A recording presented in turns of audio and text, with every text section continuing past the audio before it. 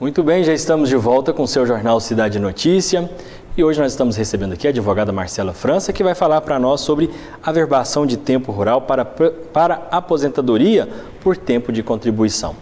Tudo bem, Marcela? Seja bem-vinda mais uma vez. Oi, Luiz, que bom revê-lo, né? Tava com saudade tempo, já, né? Quase um ano. Quase um ano, né? Quase um ano, que bom que você está de volta. E nós estamos aqui para bater o nosso papo sobre essa averbação, né? Vamos começar falando sobre o que é a averbação de tempo rural para aposentadoria por tempo de contribuição. A averbação de tempo rural para aposentadoria é quando a INSS leva em consideração períodos de labor rural como tempo de contribuição, ou seja, você vai comprovar o seu trabalho rural e você vai ter esse tempo contabilizado como tempo de contribuição, como se você tivesse trabalhado de carteira assinada, é a mesma coisa. Agora, o que é o tempo de serviço rural? O tempo de serviço rural é todo aquele tempo onde a pessoa está dentro do ambiente laboral que é na zona rural. Como que isso acontece normalmente? Acontece assim, o menor, quando ele nasce, ele já começa, às vezes até aprende a caminhar na zona rural ali, na plantação, ajudando o pai, ajudando a mãe. Então esse trabalho rural, ele é apicultura, ele é quando você faz plantações, quando você trabalha em qualquer ambiente que lembre o trabalho rural, que seja na zona rural. Então esse é o trabalho rural. Agora, é possível fazer a averbação de tempo de trabalho rural sem registro na carteira de trabalho? São situações completamente diferentes. Por exemplo, quando você trabalha de carteira assinada, está documentado ali na carteira que você contribuiu, você está vinculado. Quando você tem a comprovação de tempo rural, nem sempre ele está na carteira de trabalho. Por isso que nós usamos, inclusive, em diversos processos para comprovar o labor rural, documentos dos pais, certidão de nascimento, certidão de casamento, certidão de batismo, certidão de crisma, documentos do terreno, cartão de vacinação, histórico escolar, o rol de documentos é imenso poder comprovar o tempo rural, justamente porque a gente não tem a carteira de trabalho. Então, é possível? É possível sim. E o trabalho, né? O que é o trabalho em regime de economia familiar? Foi aquilo que eu falei sobre o labor rural. É aquele menor que ele começa trabalhando na zona rural, ajudando o pai, seja como retireiro, tirando leite, seja ajudando na colheita, seja ajudando na plantação. O regime de economia familiar é aquele regime onde as pessoas trabalham em família, ou às vezes trabalhando por dia, eventualmente dia para alguém, e o que eles ganham é o que eles recolhem da terra, da plantação, da criação de galinha, de porco, até mesmo às vezes tem uma vaquinha, 2 vaquinhas, é para manutenção daquela família, é para manutenção daquele lar. Então, esse sistema é conhecido como regime de economia familiar, para comprovar o labor rural. Agora, é possível comprovar a atividade rural apenas com testemunhas?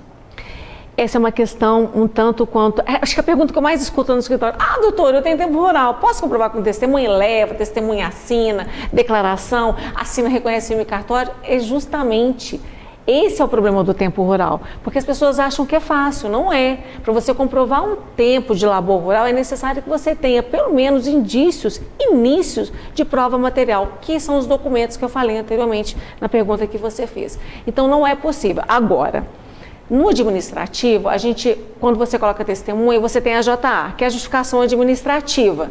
Então, ela vem para poder fazer o quê?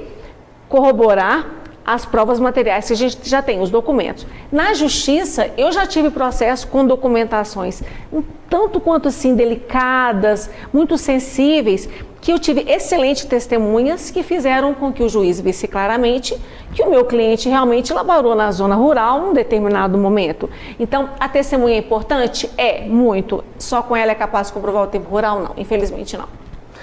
Agora, a aposentadoria por tempo de contribuição ainda existe? Esse é um outro questionamento também. O pessoal que tem em casa vai ver a pauta e falar assim: uai, aposentadoria por tempo de contribuição? Achei que a aposentadoria por tempo de contribuição tinha acabado com a reforma. Não. A aposentadoria por tempo de contribuição, ela continua existindo, só que você tem que ver se você vai se encaixar em uma das regras de transição. Nós vamos ter regras de transição por muitos anos. A reforma da Previdência completou 2 anos agora em novembro, então a gente tem muito tempo ainda, nós ainda temos muita estrada pela frente. Aí você me pergunta, o que tem a ver isso com a comprovação de tempo rural? Porque às vezes você que tem casa, que vai me assistir depois pelo meu canal no YouTube, como é que funciona? Às vezes você falta 5 anos para você entrar numa regra de transição, transição, às vezes faltam 7 anos. E esse tempo você tem comprovando o seu labor rural, quando você tinha 14, 15, 16 anos. Porque normalmente a mulher ela sai do mercado, ela sai da zona rural quando ela casa. E o homem não, ele sai normalmente entre os 14 e 21, quando dá 21 anos ele sai da zona rural. Então, esse tempo, às vezes, pode ser o tempo que está te faltando para você conseguir entrar numa regra de transição e aposentar mais rápido e mais cedo. Por isso que é importante, né, procurar um profissional, né, capacitado que vai ajudar a pessoa a conseguir tudo isso, né? Isso mesmo. Eu vejo muito no escritório, ontem mesmo eu estava fazendo análise de uma cliente que ela tinha levado para um outro profissional e esse profissional tinha passado para ela informações todos os dias. Eu tenho situações como essa no escritório. Porque o advogado previdenciarista, eu que trabalho, estudo todos os dias matéria previdenciária, a gente vê lá na frente. Às vezes, outros profissionais que não estudam simplesmente essa área, que não é tão simples assim, não estão tão atualizados. Então, essa é a importância de você ter uma profissional especialista, né, com conhecimento e com autoridade sobre a matéria.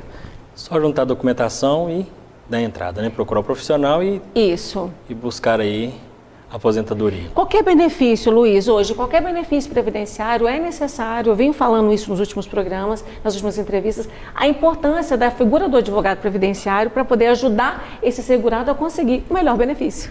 Até mesmo essa questão aí de toda a documentação digital e tudo mais, facilita também?